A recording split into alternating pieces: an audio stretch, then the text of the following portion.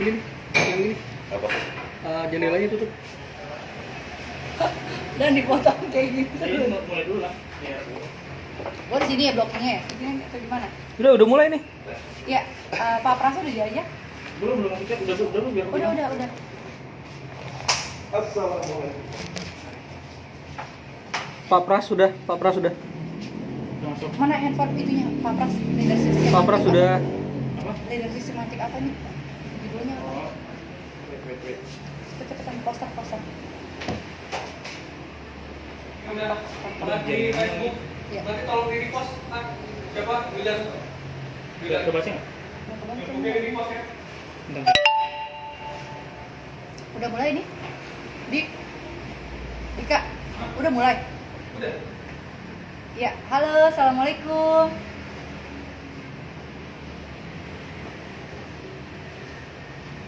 Ada dua kamera ya. Handphone sama Ya. ini. Bismillahirrahmanirrahim. Saya di kamera. Oh itu ya. Oh, ada meeting.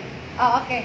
Ya, halo, assalamualaikum. Kita ketemu lagi di setiap hari Senin dan Kamis, insya Allah di Kopi Hangat Arena.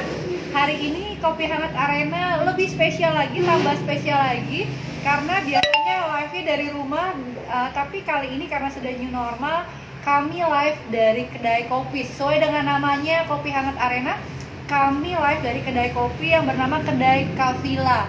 Kedai kopi yang khas dengan teh rempahnya atau kopi rempahnya.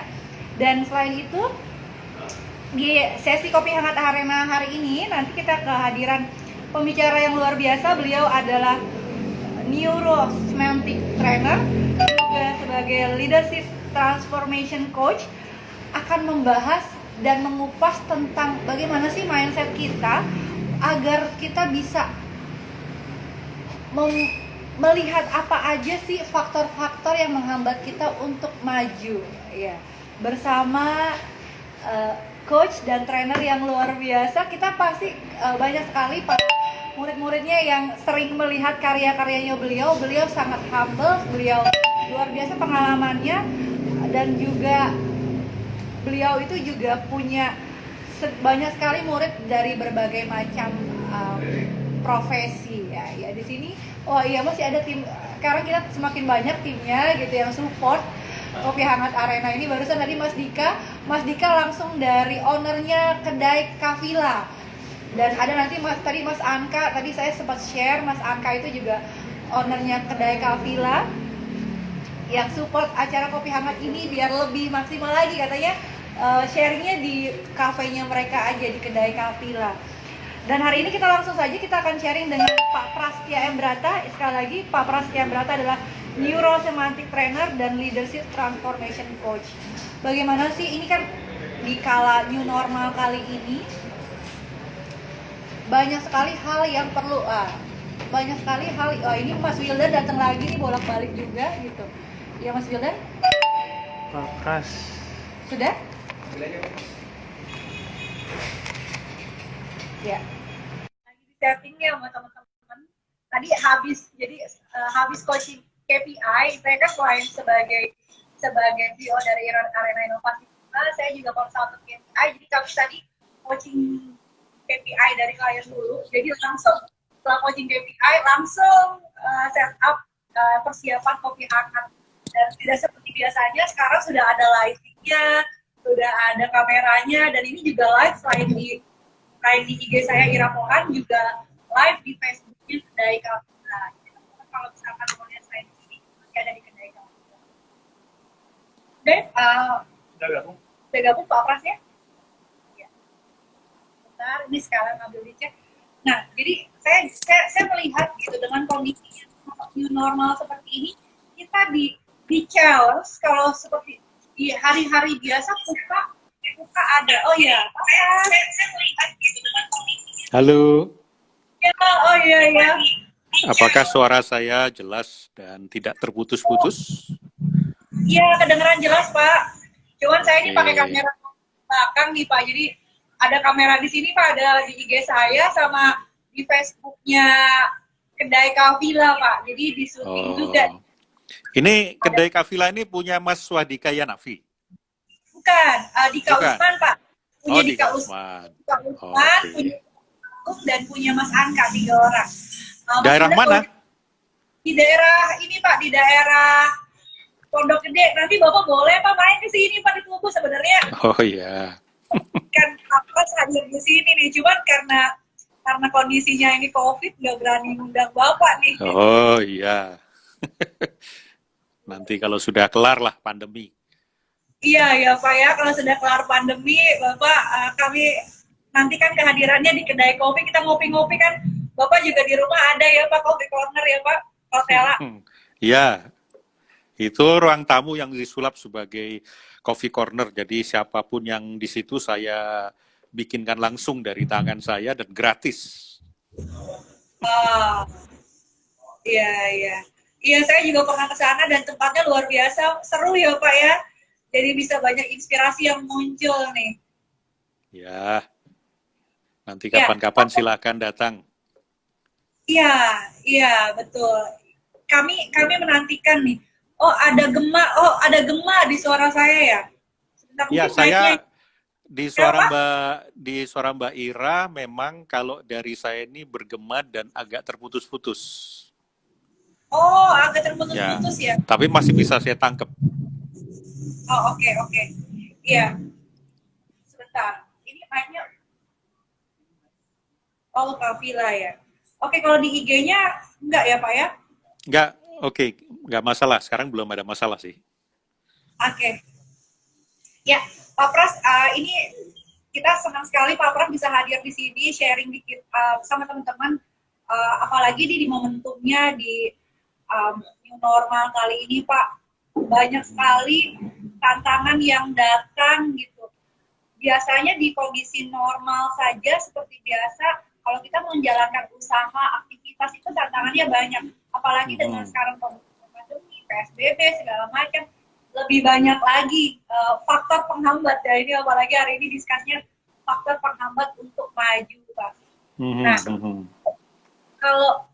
kalau dari Bapak sendiri ini kan kita sekarang perlu apalagi business owner gitu, di challenge untuk bisa punya inovasi, tapi kan dengan segala macam kondisi alam, kondisi sekitar, mental, pikiran juga itu bisa buat ide tuh jadi nggak bisa keluar gitu Pak. Apa sih Pak? Gimana sih dengan kondisi kayak gini Pak? Iya, terima kasih Mbak Ira dan teman-teman yang menyaksikan IG kita. Walaupun IG kita baru 12, bahkan ditonton 3 orang pun kita jalan terus. Karena jangan sampai itu menjadi Nanti ini kita share kembali Pak, soal di YouTube dan juga di grup beberapa grup ya Pak. Oke. Suara saya nggak putus-putus kan ya? Lancar semua ya? Jelas Pak. Oke. Nah, seringkali kemajuan itu dihambat oleh apa yang sering kita sebut sebagai mental block.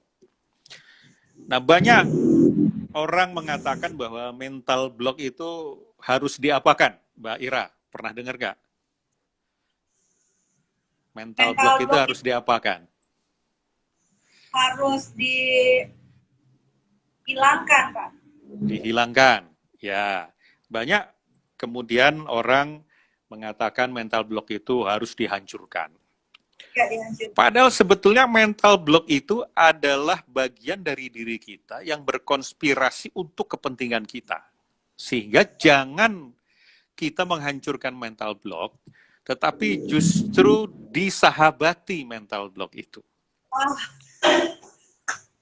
Nah, kenapa?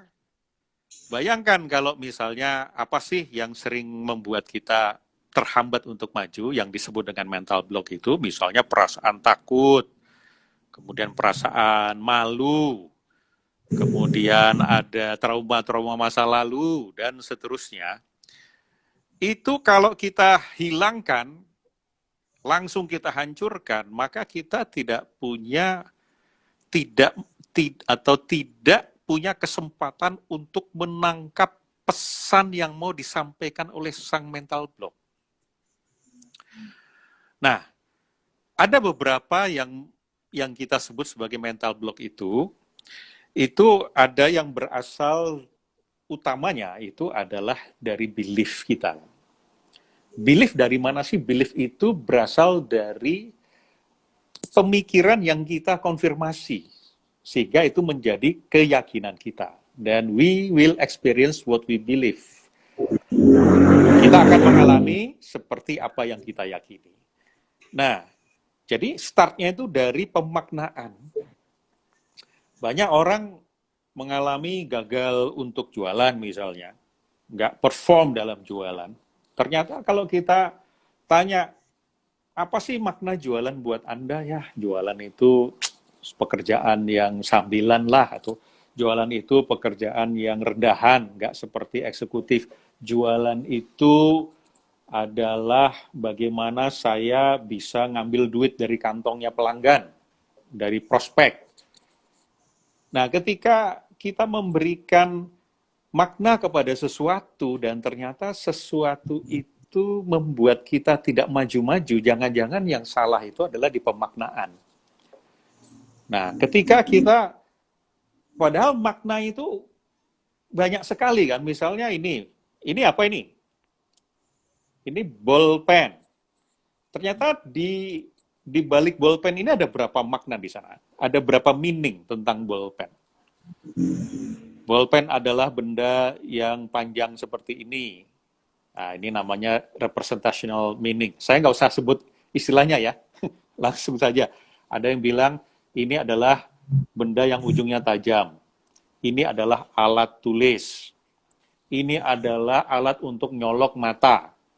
Ini adalah senjata. Ini adalah sesuatu yang membuat kita ingat untuk belajar.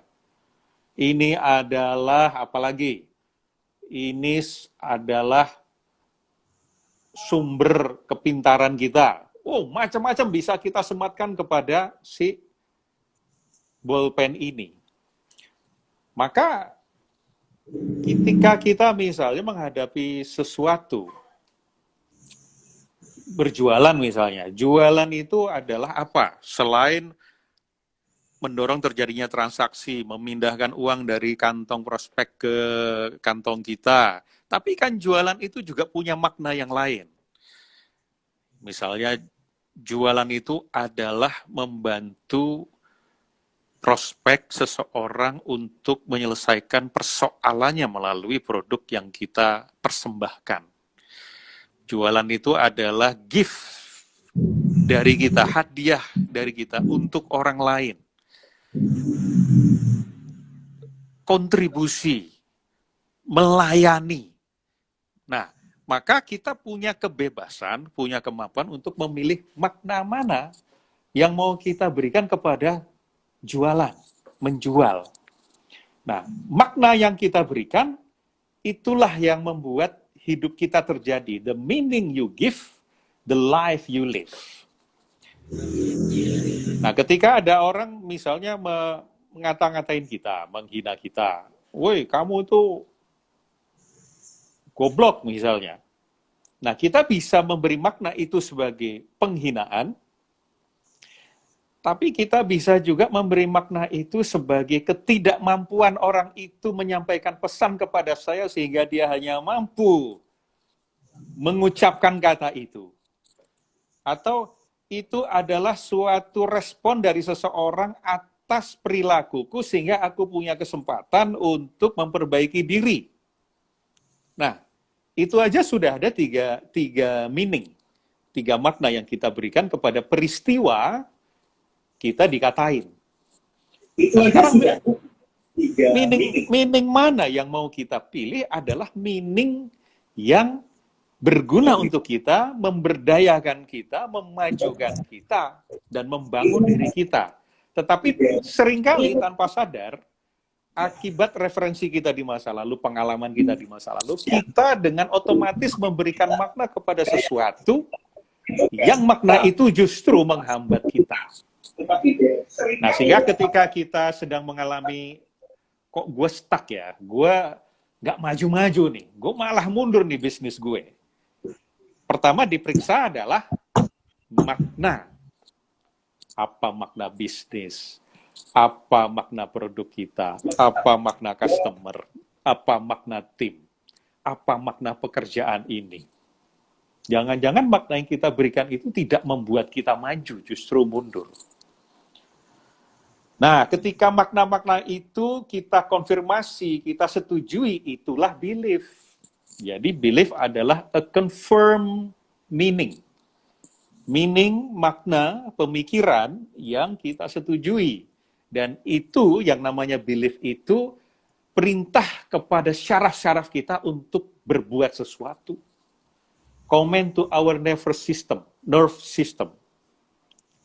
Itu belief. Dan belief tidak perlu benar. Belief itu tidak perlu truth, benar. Sepanjang kita setuju, itu sudah akan memerintahkan diri kita untuk bergerak. Nah, itu bahayanya. Maka kita cek juga, apakah selama ini belief atau keyakinan yang kita yakini, itu keyakinan yang berdasarkan kebenaran, berdasarkan fakta, atau hoax, berdasarkan kenyataan, atau hanya fata morgana pikiran kita sendiri. Kita takut terhadap sesuatu. Nah, sesuatu itu di depan kita itu macan atau pocong. Kalau macan, oh berarti itu adalah ketakutan yang nyata. Karena macan itu bisa membunuh kita secara nyata. Tapi kalau kita pikir di depan kita ini pocong, emangnya ada cerita pocong itu gigit manusia? Nggak ada. Nggak ada. Maka itu adalah ketakutan yang didasari dari keyakinan yang tidak nyata. Kecoa terbang. Melihat kecoa itu ketakutan nyata atau ketakutan yang kita bikin sendiri dalam pikiran kita. Ada nggak cerita orang ditemplokin kecoa terbang itu terus mati, wafat gitu? Kecuali dia sakit jantung yang jantungnya dia terganggu akibat ketakutan yang kita ciptakan sendiri dari gambaran kita tentang kecoa. Jadi ketakutan kita tentang kecoa itu ketakutan yang tidak nyata. Takut COVID-19 di situasi seperti sekarang ini, maka kita perlu cek mana yang ketakutan nyata, mana ketakutan tidak nyata. Kalau ketakutan nyata, caranya bagaimana? Nah, contoh aja si Panji sang petualang itu yang suka megang-megang ular. Kenapa dia enak banget megang ular? Sementara ular itu baru 10 meter dari kita saja kita udah ngibrit kan? Lah kenapa? Karena Panji itu memahami betul seluk-beluk perularan. Dia paham jenis-jenis ular, paham perilaku ular, sifat-sifat ular, tanda-tanda ular mematok, tanda-tanda ular marah, bahayanya apa, bagaimana cara mengatasinya, mitigasinya. Nah, maka ketika kita takut terhadap COVID, itu adalah ketakutan yang nyata karena dia dapat membunuh kita. Tetapi itu bisa kita atasi dengan cara kita memahami betul apa itu COVID kan. Maka kita buka website yang terpercaya tentang COVID supaya kita paham COVID ini apa sih. Kemudian bahayanya seperti apa, penularannya lewat mana. Sehingga dengan demikian kita bisa mitigasi risikonya. Kalau keluar pakai masker, kemudian bawa disinfektan, kemudian pakai sarung tangan, dan seterusnya. Itu ada protokol-protokol yang kita perlu ikuti kalau kita mau selamat. Tetapi yang besar itu adalah ketakutan-ketakutan yang kita ciptakan bukan tentang COVID-nya, tapi tentang diri kita sendiri. Aduh, gila, jadwal ngajar gue semua berantakan. Appointment berantakan. Batal semua proyek-proyek gue, ntar gue gimana, nggak punya duit, miskin, segala macam, bercerai, itu adalah ketakutan yang kita ciptakan sendiri. Nah, kalau seperti itu, yang kita pahami bukan COVID-nya, tetapi justru memahami apa yang ada di dalam ruang dalam kita. Oh, ini soal keyakinan, benar nggak sih keyakinan ini? Jangan-jangan hanya ciptaan saya sendiri. Nah, itu jadi mental block bersumber pertama dari meaning dan belief. Itu. Kemudian ada juga mental block Atau sekarang bagaimana cara mengatasinya kan? Tadi kalau kita bicara tentang makna dan belief sebagai mental block, sebagai penghambat, lalu bagaimana caranya kita mengatasi belief yang menghambat kita atau kita sebut sebagai limiting belief. Tapi sebentar, saya cek apakah cara ngomong saya kecepatan. Untuk teman-teman, mohon dikasih feedback ya.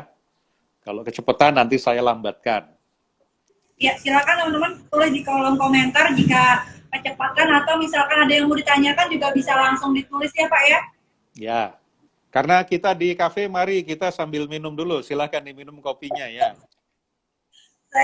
Iya ya, saya sambil minum ya Pak, mohon izin ya. Minum dong, kita akan santai ini sore-sore masa serius. Ya ini formatnya santai, makanya judulnya kopi hangat Pak, kopi hangat arena. Jadi diskusi santai ya, ringan tapi bermuka ya Pak.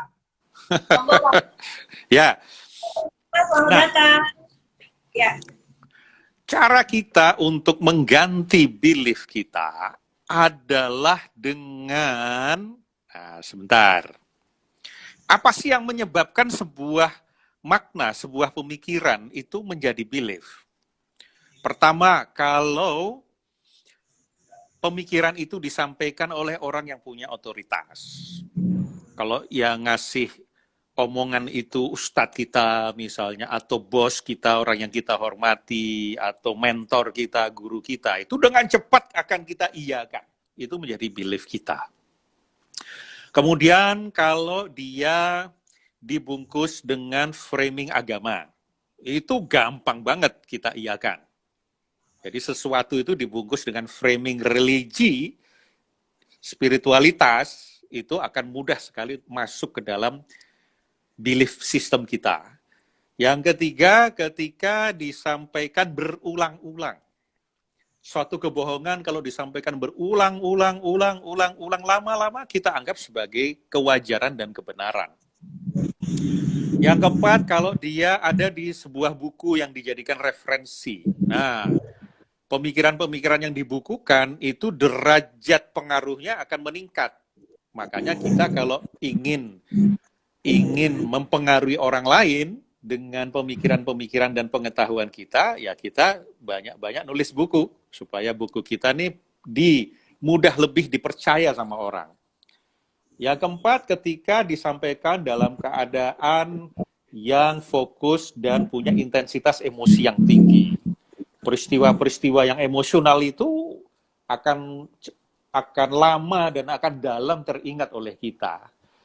Nah, karenanya kemudian kita perlu meninjau, berziarah ke dalam diri kita untuk melihat ini sumber ketidakmajuanku ini apa? Oh, ternyata ada satu pemikiran yang aku yakini selama ini misalnya. Ternyata aku meyakini bahwa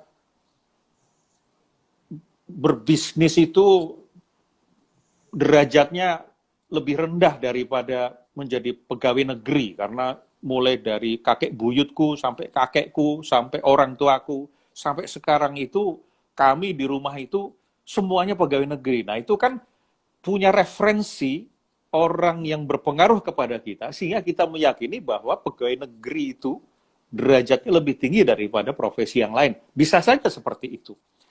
Dan bagi orang lain mungkin itu tidak logis, tapi bagi mereka itu logis. Namanya psychologic. Jadi ketika kita merasa ini aneh nih, nggak waras nih orang meyakini hal itu, tapi bagi orang itu waras karena dia punya psychologic sendiri. Jadi logik yang ada di dalam pikiran dia. Nah, maka bagaimana cara kita mengatasinya? Nah, kalau kita sudah tahu bahwa yang namanya belief itu hanya sekedar kita mengatakan ya kepada belief itu.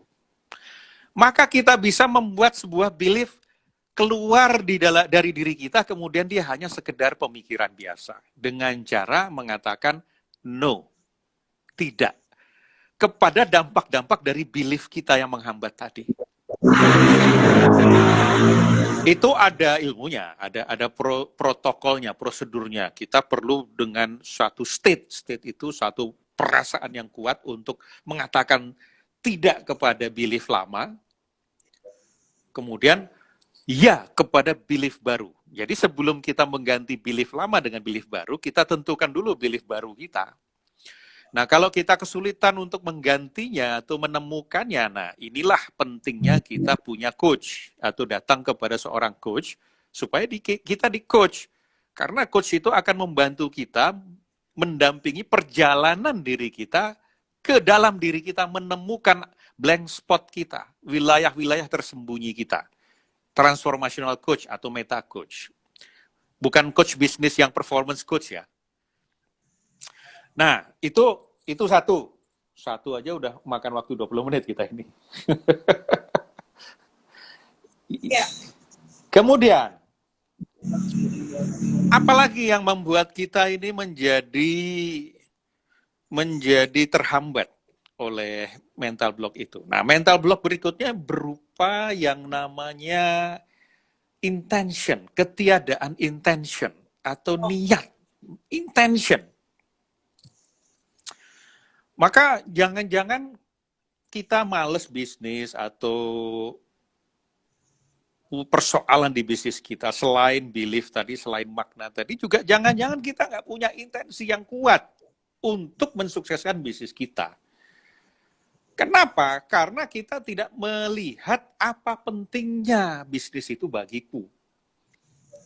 Ternyata setelah digali-gali, oh bisnis ini ternyata hanya mengisi waktu sementara sebelum aku nanti ngelamar dapat posisi yang bagus misalnya. Sehingga kita nggak fokus. Ketika kita nggak punya intention, sulit kita memberi attention. Padahal energi itu akan datang sesuai dengan atensi yang kita berikan. Segala sesuatu yang kita berikan perhatian itu akan bertumbuh. Tetapi bagaimana mungkin attention-nya ada kalau intention-nya nggak ada. Intention itu niat. Nah, maka keluarga yang tidak sakinah, tidak mawaddah, tidak rohmah, itu adalah keluarga yang memang benar-benar tidak diusahakan untuk itu. Tidak diusahakan karena tidak punya niat. Tidak punya niat karena memang tidak menganggap keluarga itu penting. Kalau penting pasti diperjuangkan. Kalau tidak diperjuangkan artinya tidak penting.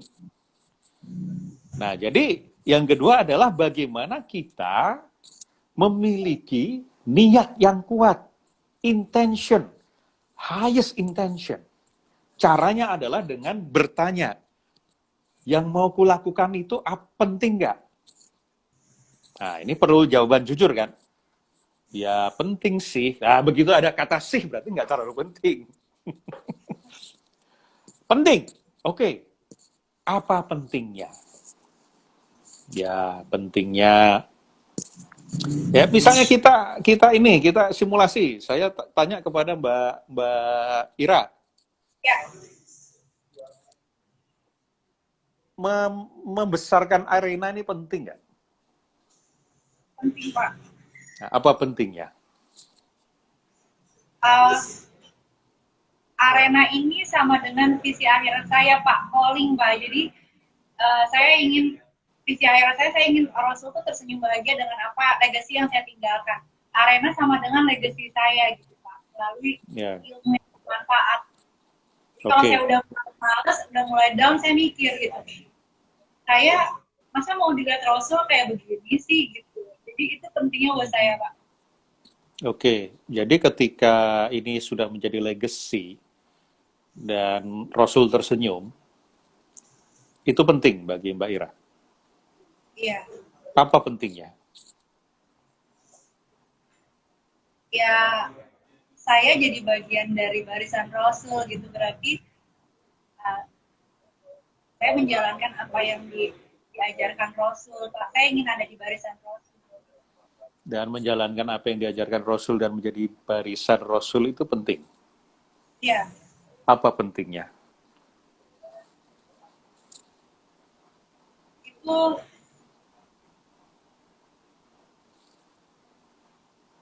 why itu alasan kenapa saya ada di sini berjuang segala macamnya, semua yang didapat sumber nanti ujungnya finishnya itu ke sana sih Pak. Gitu.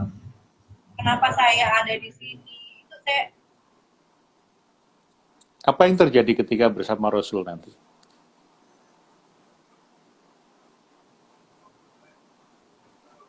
mendapat kebahagiaan yang sebenarnya ya Pak. Oke, seperti apa rasanya bahagia ketika berada bersama Rasul? Tanpa diucapkan, hanya dirasakan saja. Gimana Pak? Tanpa perlu diucapkan kepada saya, sekarang rasakan bagaimana bahagianya bersama Rasul ketika berada di barisannya.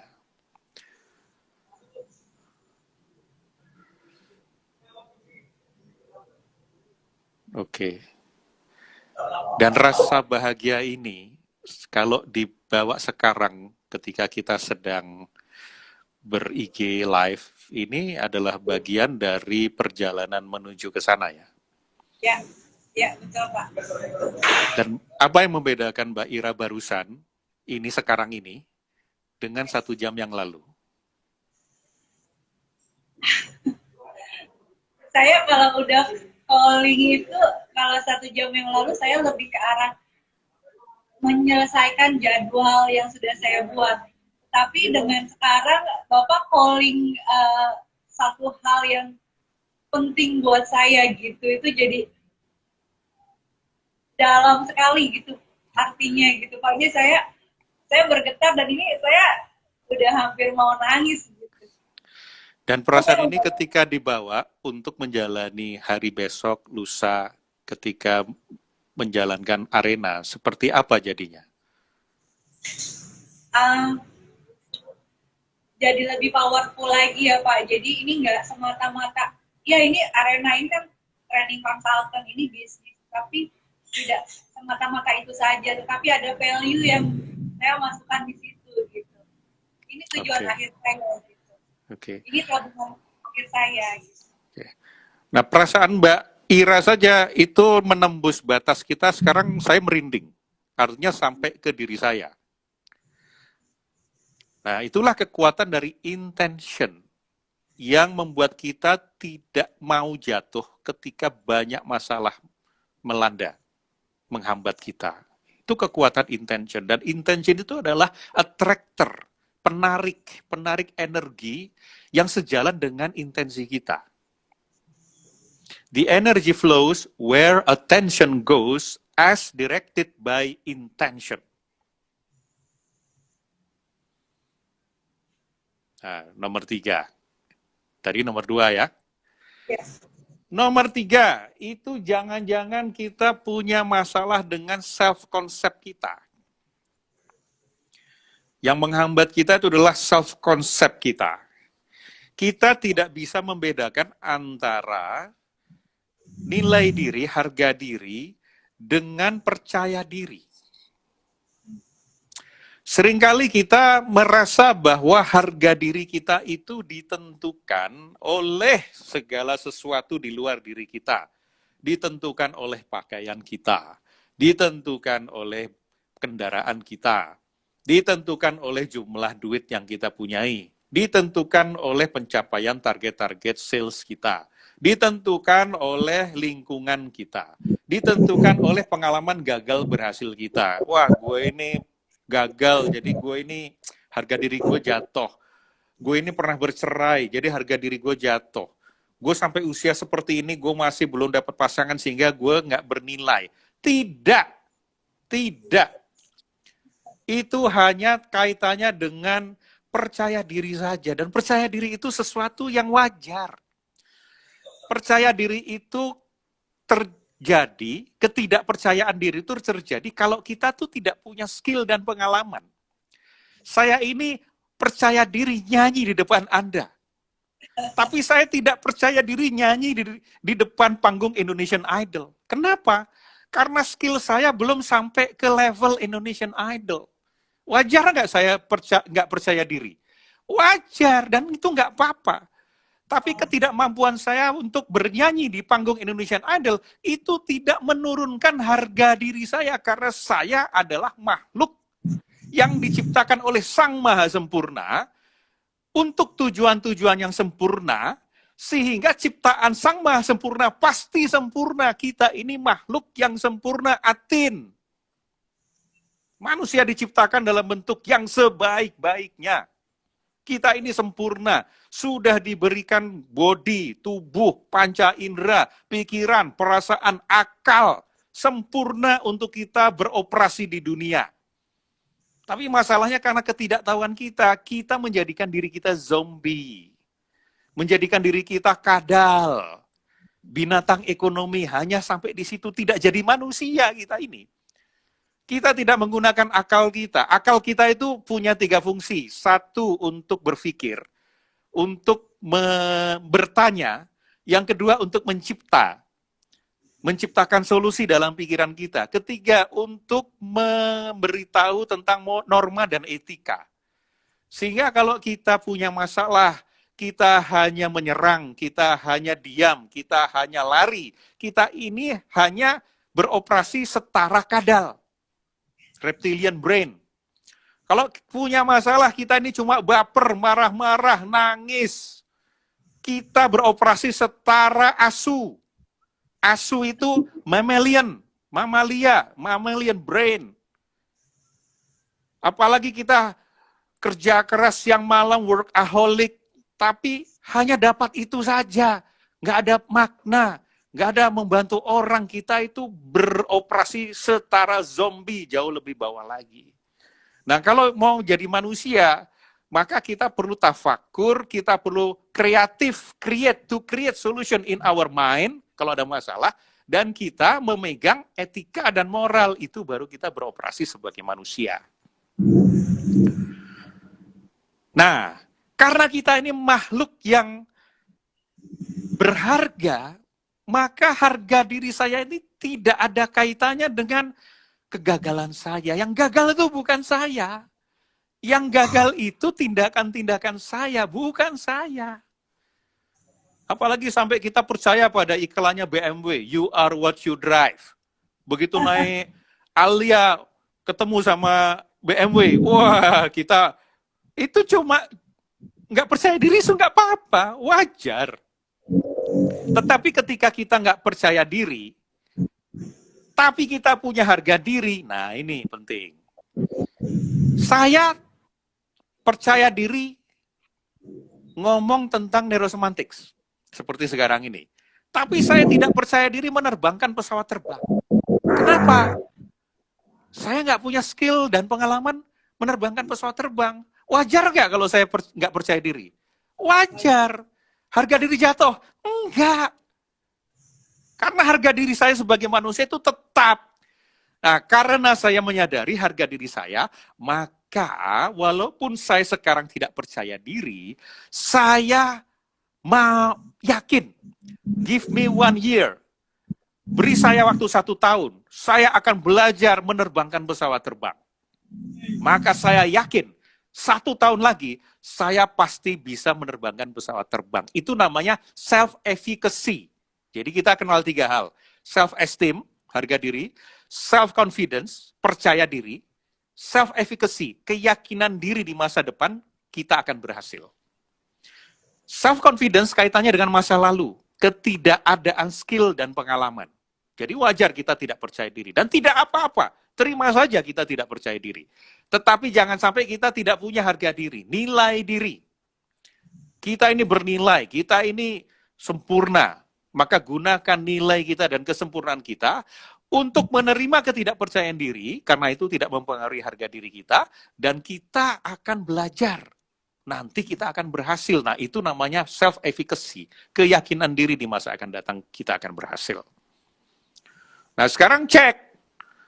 Ada apa dengan diri Anda, diri kita, ketika kita mengalami masalah? Jangan-jangan, ya karena kita merasa jatuh harga diri kita akibat situasi, akibat kata-kata orang.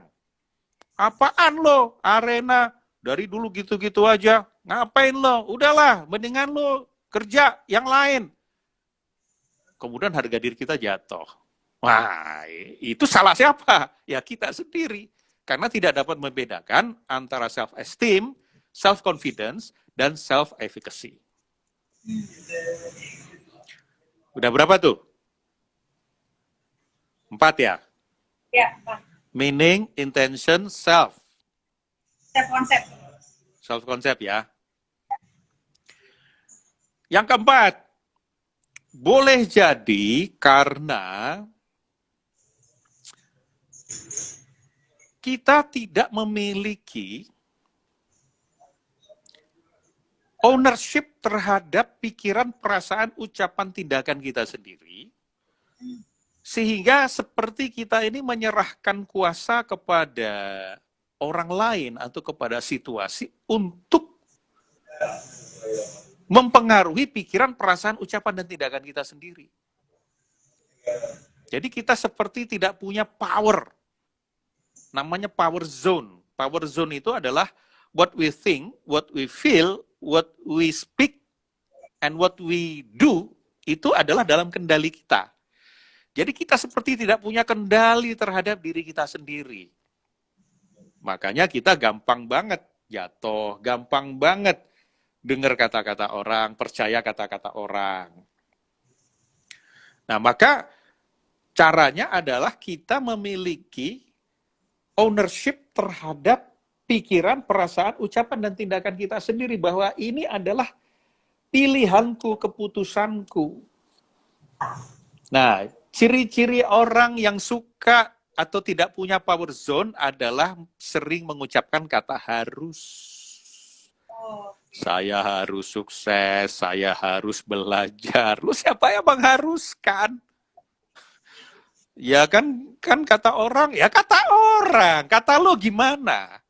Ya kata gue sih, ya kita harus belajar atau butuh belajar? Oh iya, gue butuh belajar. Penting nggak belajar itu? Penting lah. Kalau penting ngapain pakai kata harus? Saya perlu belajar berarti ya Pak ya? Saya perlu belajar, saya butuh belajar, saya memilih untuk belajar, saya memutuskan untuk belajar. 4 kata powerful untuk membuat kita berada dalam kendali diri kita sendiri. Kita bertanggung jawab atas pikiran kita sendiri, perasaan kita sendiri, ucapan kita sendiri, dan tindakan kita sendiri. Kita nggak akan nyalahkan orang lain.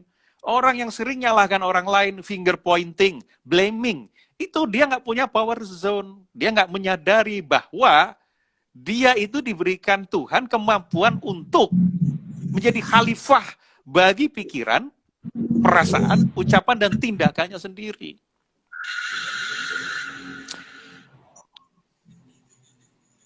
Itu nomor berapa tuh? Tadi nomor 4, self concept nomor 5. Oke, satu lagi apa ya? Karena ada 14 nih, nggak mungkin kita bahas semua. Satu lagi yang sering menghambat kita ini adalah emosi diri kita. Ya, kita sering salah paham dengan diri. Nah, itu yang paling berbahaya. Salah paham dengan orang lain nggak apa-apa, tapi yang paling berbahaya adalah salah paham dengan diri sendiri. Ketika kita marah, bukan berarti kita pemarah. Karena marah itu emosi kita, bukan kita. Bisa bedakan? Ketika kita marah, bukan berarti kita pemarah. Karena emosi adalah emosi. Emotion is just emotion. Emotion is not command to do something. Emosi itu bukan perintah untuk melakukan sesuatu. Bukan berarti ketika kita marah, kita itu boleh banting-banting pintu, boleh gampar orang. Bukan itu perintah marah. Perintah itu adalah penanda, alarm, simbol, simptom, sinyal bahwa ada gap antara kenyataan dengan harapan.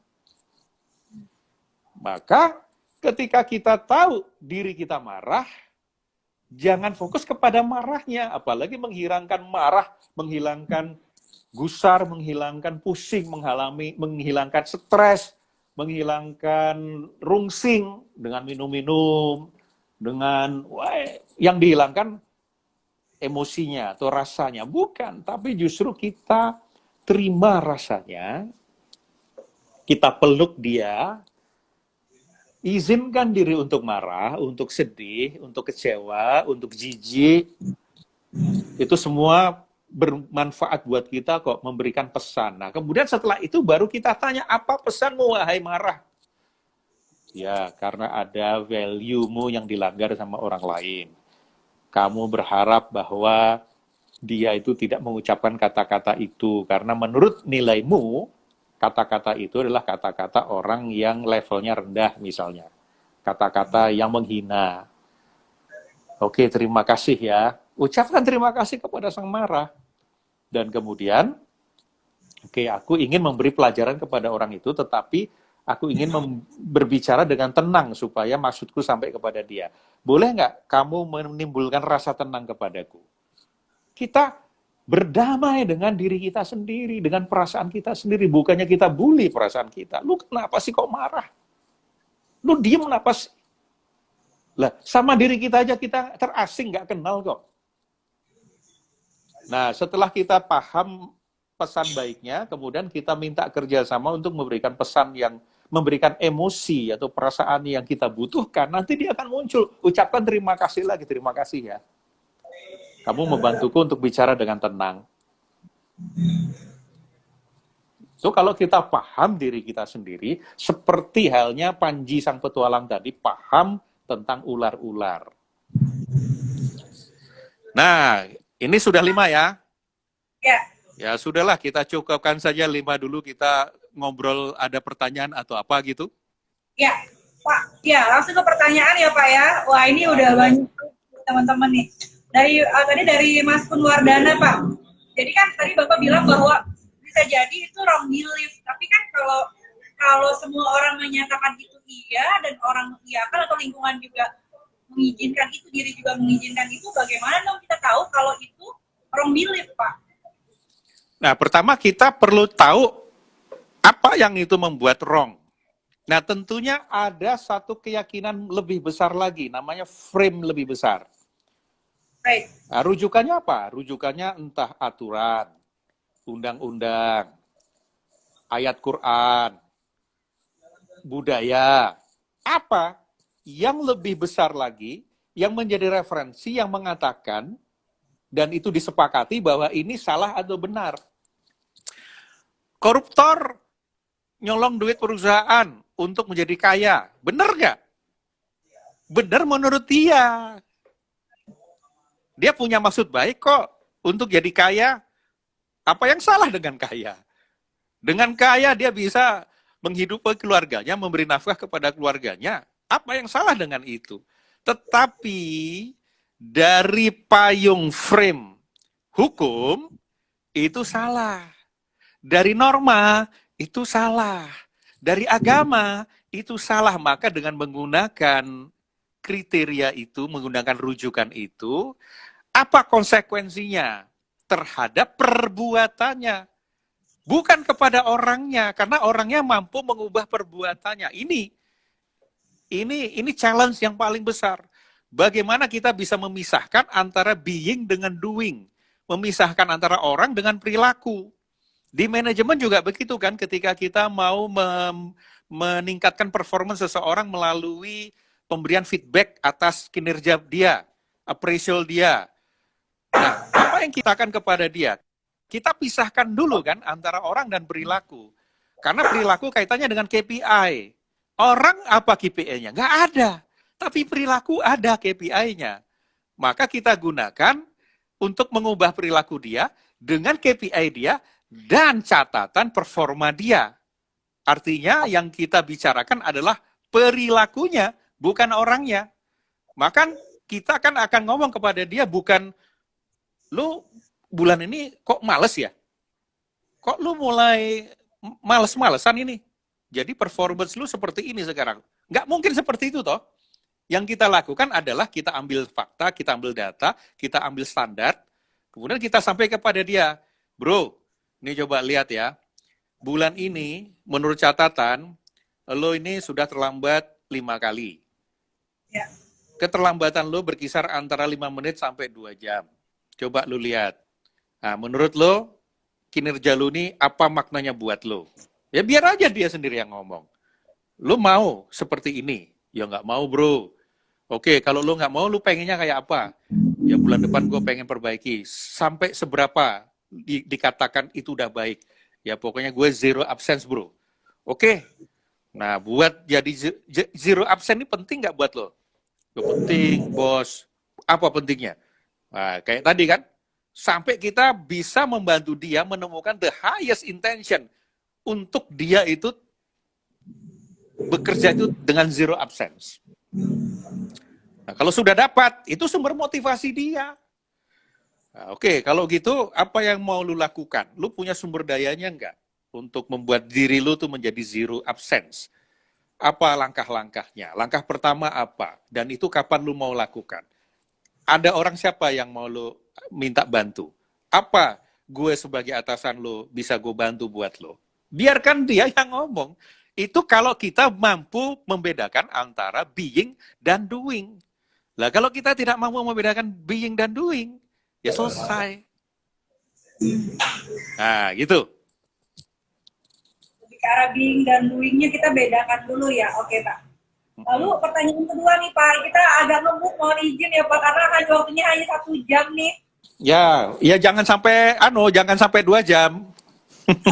Cukup 1 jam aja maksimal.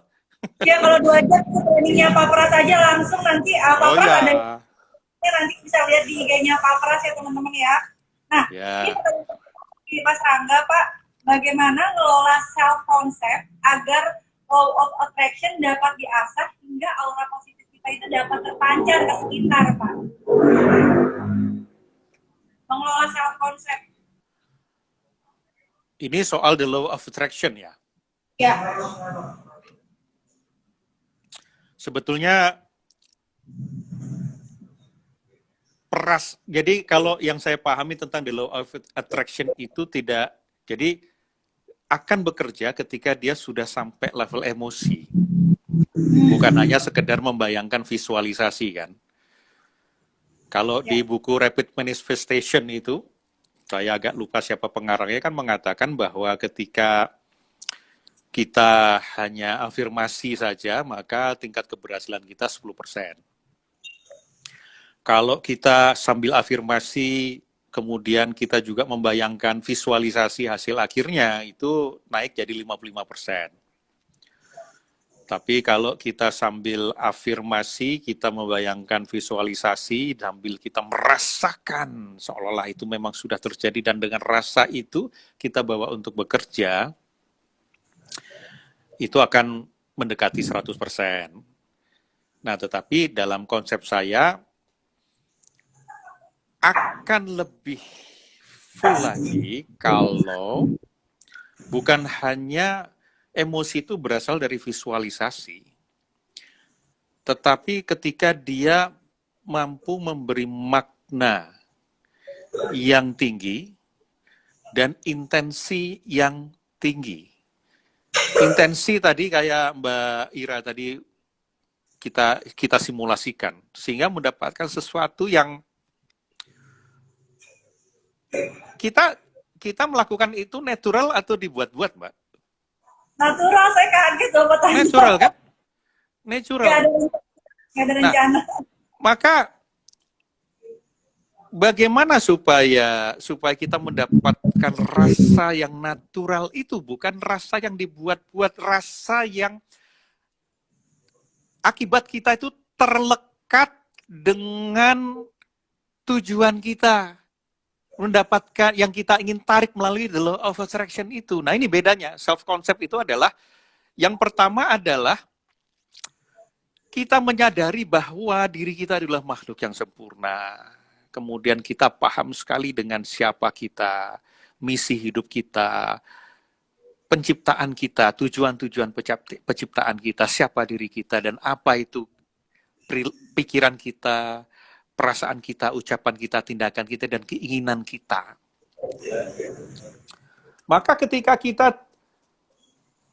gini, salah satu kita ini, identity kita secara manusia kan minimal 2. Pertama sebagai khalifah kan. Khalifah itu adalah to lead. Khalifah kan pemimpin, leader. Berarti tugasnya apa? To lead. To lead siapa?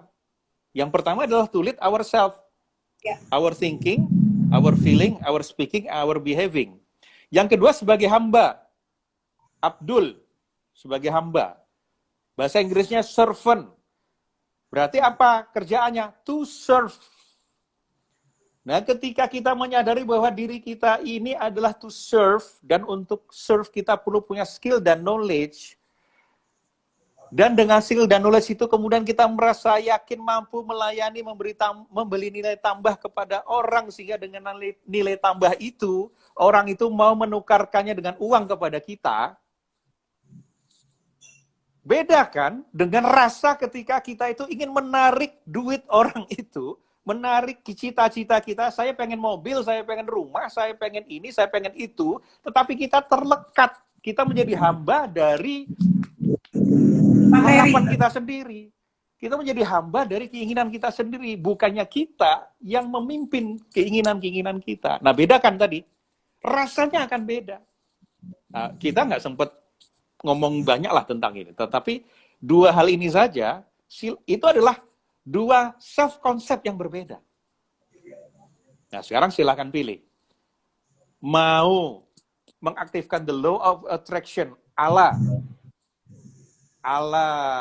yang satu, atau the law of attraction ala kesejatian kita. Bahkan cerita-cerita tentang kesuksesan diri kita tuh sering mencengangkan kita sendiri kok. Dulu kita nggak pernah menyangka bisa seperti ini, ternyata bisa misalnya.